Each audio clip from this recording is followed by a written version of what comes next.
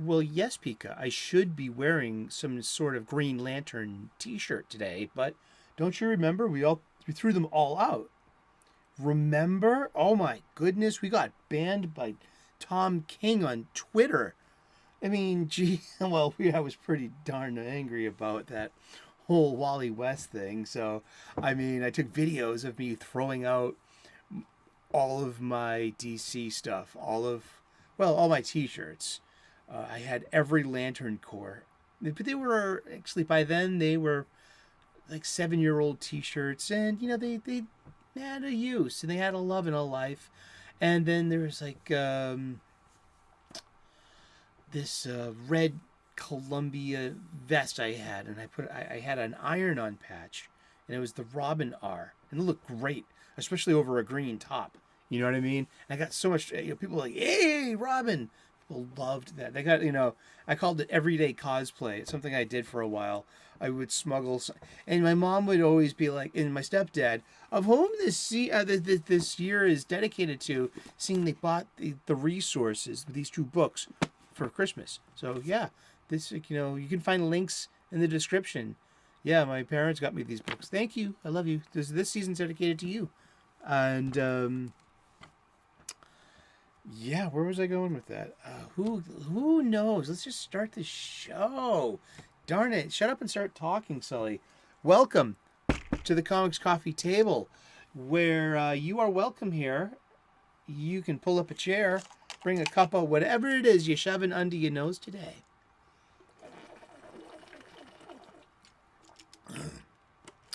About that time, my parents loved Big Bang Theory. And they're always like, do you watch that show? I mean, because they remind me of you. You're always wearing the T-shirts and the belt buckle. It was a Batman belt buckle. It's up there now. It's my bat signal in the sky. It's the perfect size for it. You see that the bat signal right there. It's I have a backup bat signal because you're gonna need it. But yeah, it lights up and it actually casts a bat signal on the wall, but you have to be close to it. So, but I thought that my retired Batman belt buckle would make a great bat signal for the skies of downtown Gotham. That's my Lego Gotham skyline. Ladies and gentlemen, how to be a geek. But yeah, so my parents would always be like, and every time I ever tuned in to Big Bang Theory, it was like the same episode. Something about the elevator was always out though, right? Exactly. I never I feel like every time I tuned in, it was always the same episode. And Kaylee Cuoco, she's like, she's cute, really, really, really cute, and she's a Harley Quinn too. She's one of the Harleys, the modern Harleys too. I mean, there's, Margot Robbie and Tara Strong, but for me, it's always going to be Arlene Sorkin and Batman the Animated Series. Ain't that right, Puddin'? I love that. Oh, thank you so very much for tuning in. Yeah, so I should be wearing a Green Lantern T-shirt. I don't have any anymore, but I still wear my heroes' designs on my chest like the heroes we are. I love RMB. I do. Thank you. Live long and prosper. LLIP, IDIC, and Id Plebnista, my friend. Imagination Maestro. And he calls us the Imagination Connoisseurs, and I call him the Imagination Maestro, Robert Meyer Burnett. Tune in. He's really good. I like his content. I like his tone, and he's one of my direct inspirations for making YouTube content. And I try to be a YouTube content creator in the Robert Meyer Burnett vein, but with a bigger dash of Bob Ross. That's right. Ding. Moving along, and The Overstreet Price Guide, the most current edition. This is the second year in a row I bought this because I think it's that important. It's really chock full of good information. Seriously, this is last year's. This is the 51st edition. We used this all last year. We picked it up like halfway during the year. I specifically got it for its glossary, so I could succinctly define the different ages of comic books. Now, even though I think that the modern age, I have problems with that, going on since 1993 until now, I think that's a little unfair. I think that deserves a bit more definition, and I would love to be part of that conversation. But I do accept Bronze Age, Copper Age, and the beat goes on, huh? And but yeah, so this is last year's, isn't it? Yeah.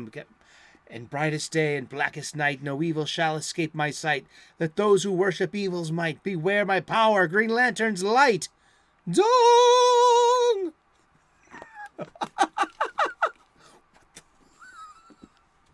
And this book is really awesome. It's value. I mean, I think it's worth it. It's $25. This is the most current edition. Cover by Billy Tucci. That is not Catwoman. That is a Golden Age character named Ms. Fury. Exactly. We're going to have to look her up a bit. Let's talk a bit about Ms. Fury. Ms. Fury is I'm reading this from, you guessed it, that's right, the wiki. ATST. Consume more product, okay?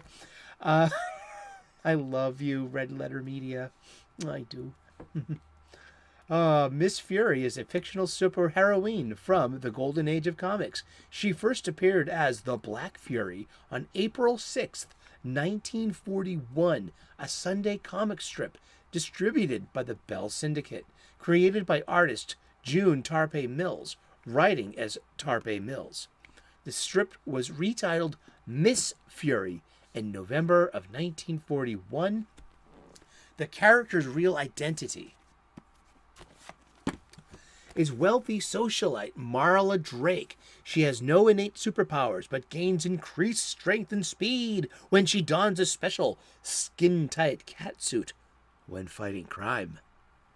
The panther skin was bequeathed to her by her uncle, who said that it was used by an African witch doctor in voodoo ceremonies. Are you trying to get me in trouble with the algorithm? I mean, I can get into deep water by reading this. Hey, this isn't Catcher in the Rye anymore. I'm not reading FU. I'm writing it. What? Why would we burn Catcher in the Rye? It was banned in Boston. I'm just being silly.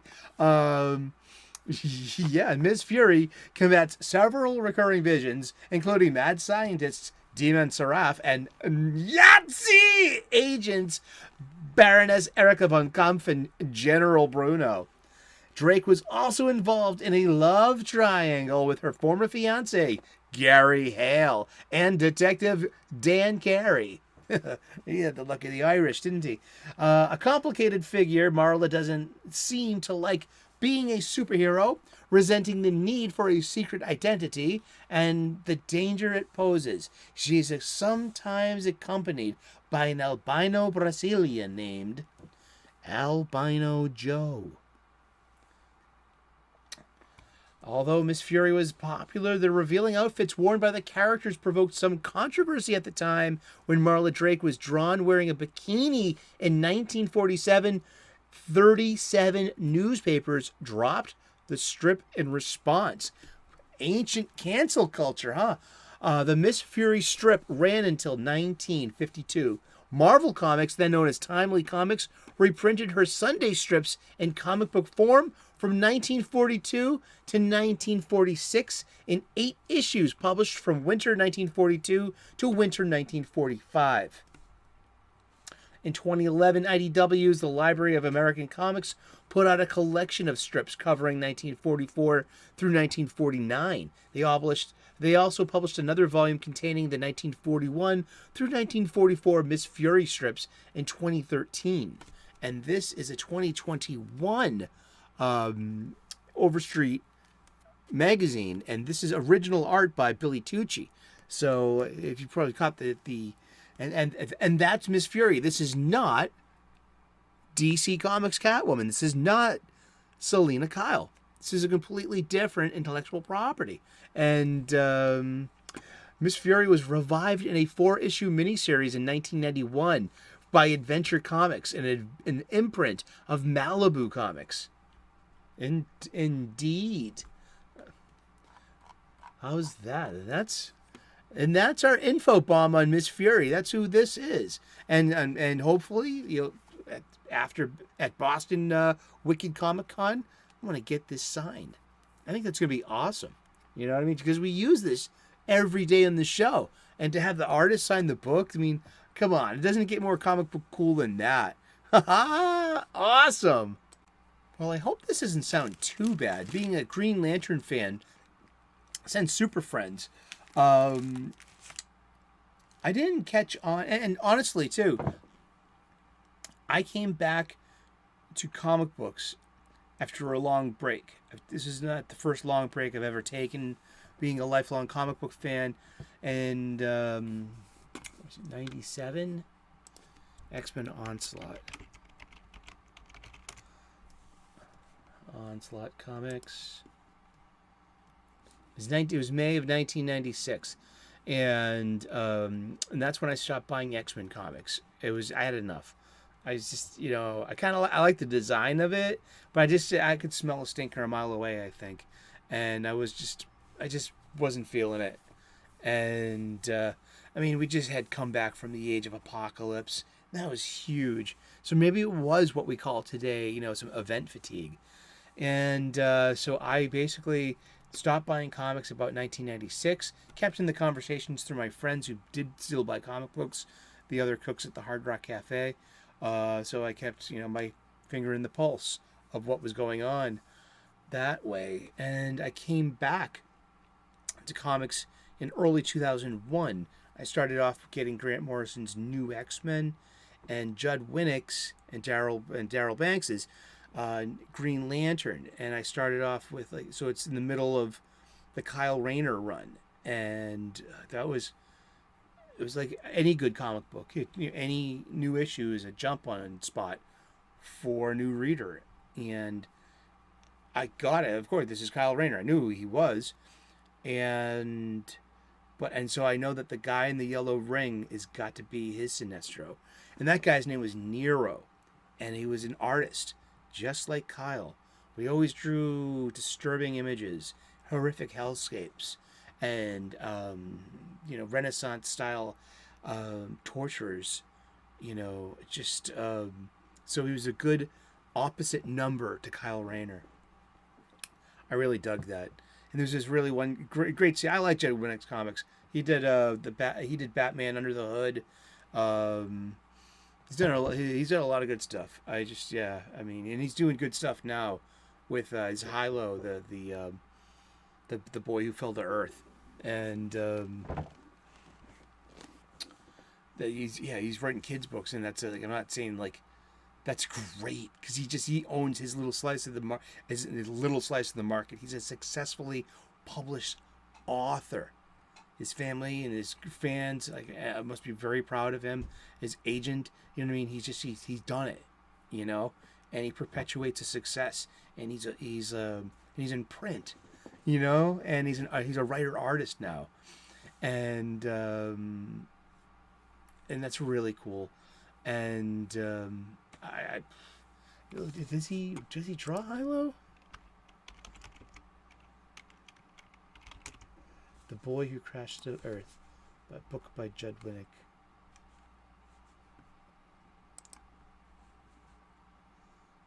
I thumbed through this a long time ago.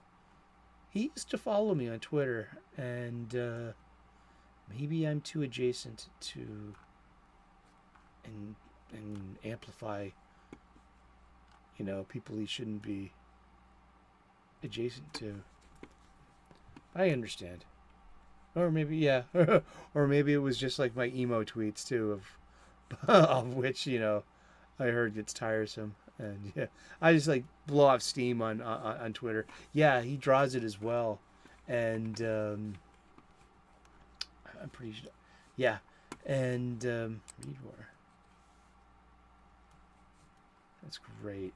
And so yeah, so I came back with Judd Winnick's Green Lantern. So by the time Green Lantern Rebirth came around in 2005, 2004, that was only about 3 years.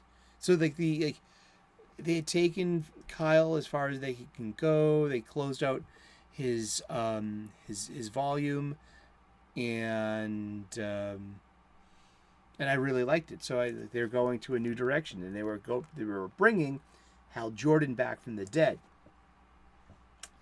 and Hal Jordan had become possessed by Parallax. He had become Parallax after the annihilation of Coast City by Mongol and the cyborg Superman during the reign of Superman. He went and got multiple rings. He tried to get as many rings as he could. He killed other Green Lanterns. He went all Anakin Skywalker, Order 66, man. And he tried to get as much green power as he could and to bring back Coast City or avenge it. And because he went mad with grief. Little did he know that it got retconned. This was brought in a really clever retcon. And I only turned on to issues 5 and 6. Like, I came on very late at the end of it because I was like, oh, how the hell are they gonna do this? And it was just but no one was really satisfied with Hal Jordan being the Spectre either, and like how the hell are they gonna pull this off? And guess what? They pulled it off, and so I'm like desperately missing issues 1 through 4. But I'm proud to get these ones. So I've been a big fan of Ethan Van Sciver and Jeff Johns as Green Lantern since, the beginning there. And we got some Carlos Pacheco art. Awesome. He started off the series. I got 2 issues number 1. Both covers. I couldn't, I remember getting this at New England Comics, Harvard Square, with Matt and Leah as the helpful staff, and they're now gone. That store has been closed. It closed earlier this year, and that was the first store. One of my local comic book stores. That was one of my first local comic book shops that is closed. Post pandemic. It's part of a chain, so everyone's okay, and. But yeah, so I got 2 copies of issue 1. Oh, Carlos Pacheco. We lost him. F's in the chat, please, for Carlos Pacheco. I'm not joking. I know what that means. Thank you. But then comes some of the EVS issues. Issue 4 and notably issue 5. And this is where I started. I loved the tone of it. And I love when Jeff Johns gives himself permission to go for the throat. And I think Brian Michael Bendis writes better when he's gritty. Like when he was writing Daredevil and Alias for Marvel Max, doing Torso or doing Powers or Jinx. I mean, those had a grittiness. So anything like bright and superhero-y, I think it's like almost too flowery or it's too much. I mean, with that said, his Ultimate Spider-Man was pretty darn good. But Jeff Johns allowed to go for the throat a bit, and especially the art in this one here. And this is like what really turned me on Ethan Van Sciver. He's inked by Prentice Rollins. He's not inked by Prentice Rollins on this one. There's no Prentice Rollins on the... Where's the...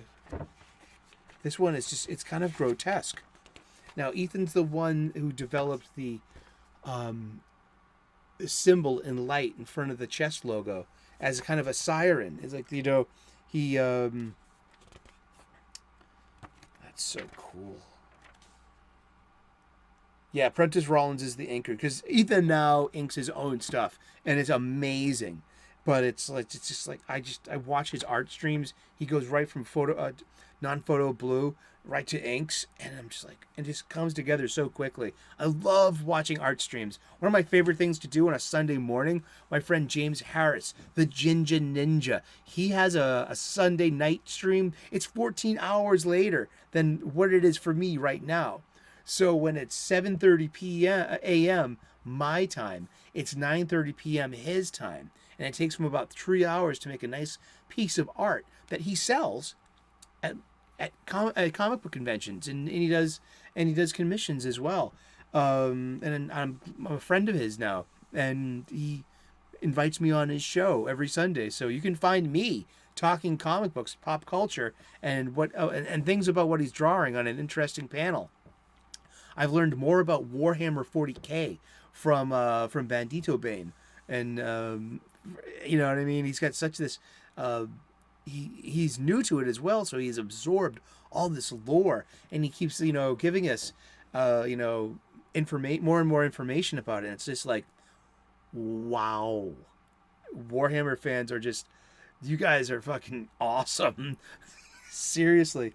But this is just, I love these panels here. This is Hector Hammond, and his head is so big that he can't move his body, but he can move like around like MODOK style. Like he can use his telepathy to telekinetically move around. But yeah, this has some like grotesque going on to it. I mean, this is that King Shark or Shark Man? Is it the same King Shark from Suicide Squad? We'll find out. This thing has no real name.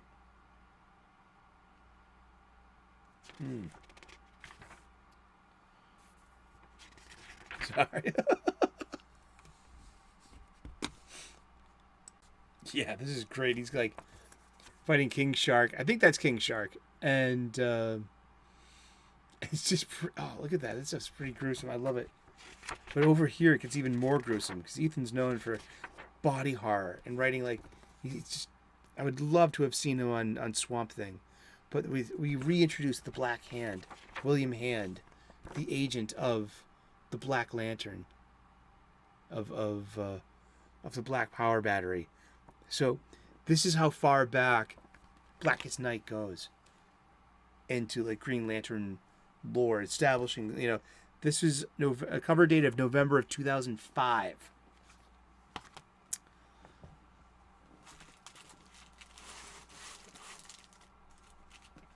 And 4 years later, an April cover dated April 2009, we have one of the first preludes to the event that's coming up, The Blackest Night.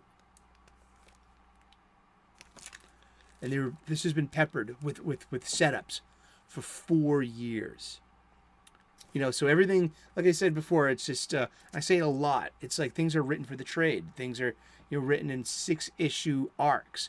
You got an Act 1, 2, and 3. 1 and 2, 3 and 4, 5 and 6. Or just however, if it's an 8-issue story too. I mean, there's just like, I could be wrong about act structure. Let me know if you're like, no, Sully, I don't think that's how act structure works in comic books. Let me know, enlighten me, educate. Let's share information. What do you want? Information. You'll not get it. By hook or by crook, we will. Who is number 1? I am the new number 2. You are number 6. I am not a number. I am a free man. That's the prisoner. I love that. But so for 4 years, Jeff Johns has been sprinkling in. Look, he's got a bunch of like Green Lantern. He get a bunch of Yellow Lantern rings. He's got 3 of them. Does that make him more powerful? Does this make me a more powerful Green Lantern now I have 2 rings? I don't think that's how it works. And but isn't that, yeah, I mean, And these Tomasi Gleason Green Lantern Corps issues are just amazing. Oh, just look. I love this Patrick Gleason art. Oh, just Rebecca Bookman was his inker, and it's just like such good stuff. That's Mongol, and Mongol has can cause great fear in people, and therefore he's able to use the Yellow Lantern rings. And there's Saranic Natu. She's a doctor.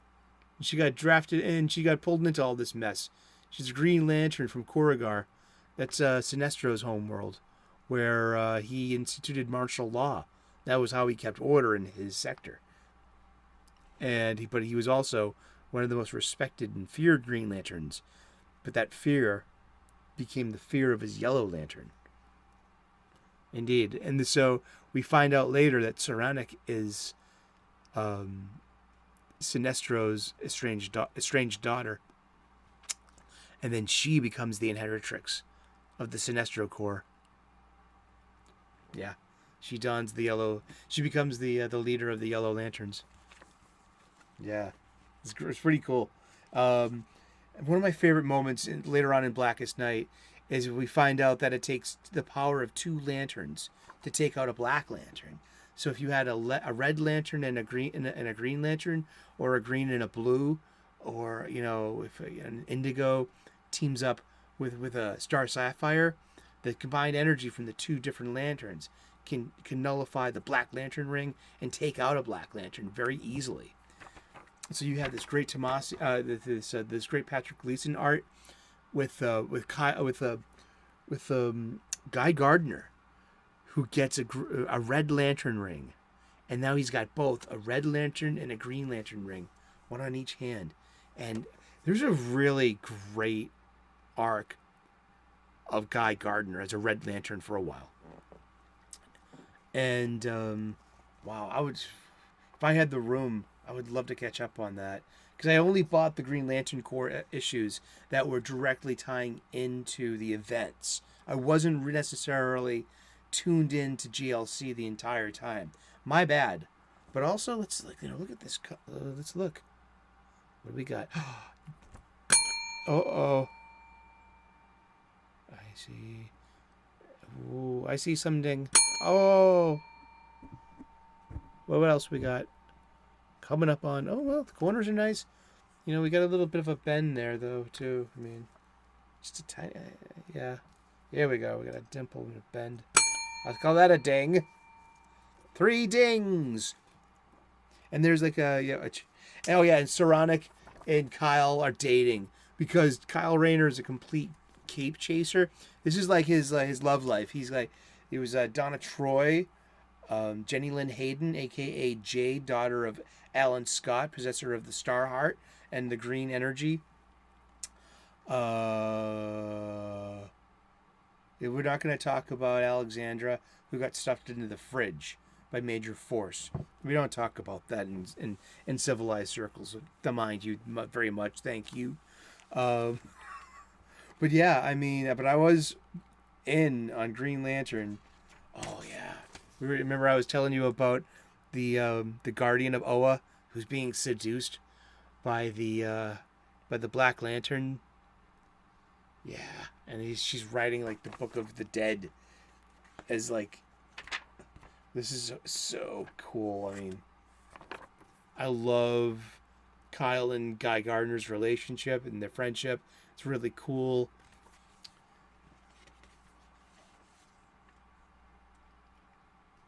Yeah, this is really great art. Just awesome stuff. This is Doug Mankey art, actually. This is the backup. Let me see here. Am I right about that? No. Okay. Does that mean that means the turkey's done? Nah, it's Tomasi. It looks a lot like Doug Mankey, though. Am I wrong about this? I don't think so. Doesn't say anything about Doug Mankey in the in the credit page. So, yeah, that's Tomasi. Okay, yeah. My bad. Oh, dear. Okay, we got to wrap this up. Thank you so very much for tuning in today. We've been talking about comic books, Green Lantern comic books. We are warming up to the Blackest Night event, and it's one of my favorite DC crossover events of all time. It was so good, and I was so happy to be a fan, buying it weekly, and an excuse to go to the store and pick up my newest serialized installment of this ever-sprawling story. And of course, I bought a bunch of tie-in issues that, of course, that only matter so much. But, I mean, yeah, we're going to see them all. We really are. Thank you so very much for tuning in today. Like and subscribe. I would love to earn your subscription. We make daily content here. We talk about comic books every day, 3 p.m. U.S. Eastern, daily. Subscribe. Turn on those notifications. Ring that bell. Ding! That's right. And thank you so very much for tuning in to our Comics Coffee Table, where we talk about comic books every day. God bless. Namaste. Good luck. And we will see you again tomorrow in those funny pages. Ciao. Bye-bye.